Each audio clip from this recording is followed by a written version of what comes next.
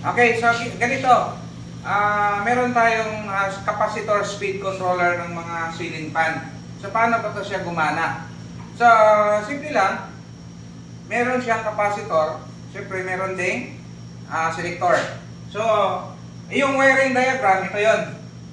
Sa wiring diagram, makikita natin na yung isang line lang ang kinokontrol. Yung kabilang linya, nakakonect na kagad yan doon sa common. So, ang ginalaw lang is isang line lang siya. So dito, meron tayong input o line in, di ba? Papasok yan doon sa common ng ating rotary o selector switch. So kung halimbawa ito ay naka-select ng 0, so walang supply na pumapasok doon. Kung ito ay lipat natin ng speed number 1, lilipat ito, mawawala yan dyan. So kung tingnan, baybayin natin yung linya, pupunta yan, tatawid yan doon sa unang speed, at ang madadaanan niya, yung 1.4 UF, o depende sa design, na capacitor. So 1.4 UF, kung dadaan ngayon yung voltage natin dito, nababawasan yan. Dahil, kung i-compare natin yung 1.4 UF doon sa 2.8 UF sa taas, mas mababa ito compare sa taas. 2.8 yun eh. Ngayon, ang resistance nito, 1.8 is mataas.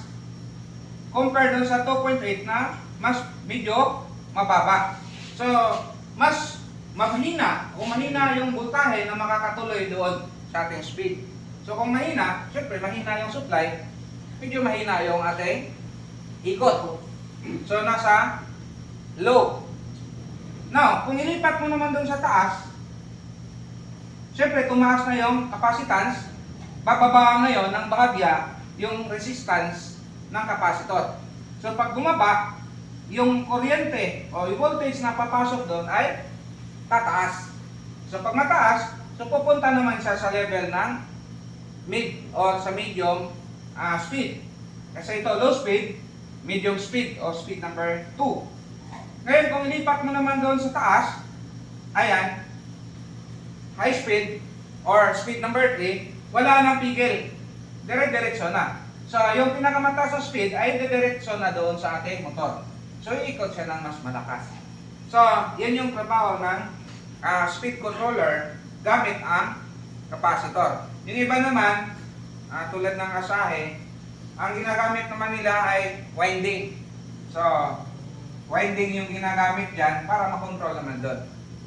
Pero doon sa mga hindi ceiling fan tulad ng desk fan or sa mga stand fan, hindi ganito ang ginagamit. Hindi capacitor. Kumbaga, ano siya? Kumbaga, selector lang pero tatlong wire ang ginagamit. Diba? Wala na yan. So, tatlo yan. Speed number 3, speed number 2, at saka speed number 1. So, may kanya-kanyang control. Kaya nga doon sa universal motor, pagka tayo nagpalit, tatlo yung wire, tatlong speed. Ginagawa niyan, inalis natin yung mid speed at saka yung low. Medium speed at saka low. Ang tinitira natin yung pinaka high speed lang. At yun yung ipasok natin doon sa ating speed controller. So, yun. Madali lang naman siya sa wiring diagram. Eh, hindi ka naman magkakamali dyan. Kasi pag ikaw ay nagkamali rito, wala namang puputok. Kasi isang linya lang ang ginalaw mo. Hindi ka naman tumawid doon sa taas eh. Pagka yan ay nabaliktad o nagkamali ka, maaaring magbabago yung speed na ilalabas mo. Maaaring hindi na siya gagana. Gagana naman talaga yan eh. Dahil switch yan eh. Kaya lang, hindi na magiging maayos yung arrangement ng speed. Yung speed sana ng 1 ay pang 1, nagiging pang 2 or pang 3 na kasi narambol mo siya. So hindi ka pwedeng, hindi mo sabihin na mag-alala ako dahil puputok o nasisira. Walang nasisira dyan. Dahil isang line lang ang ginalaw.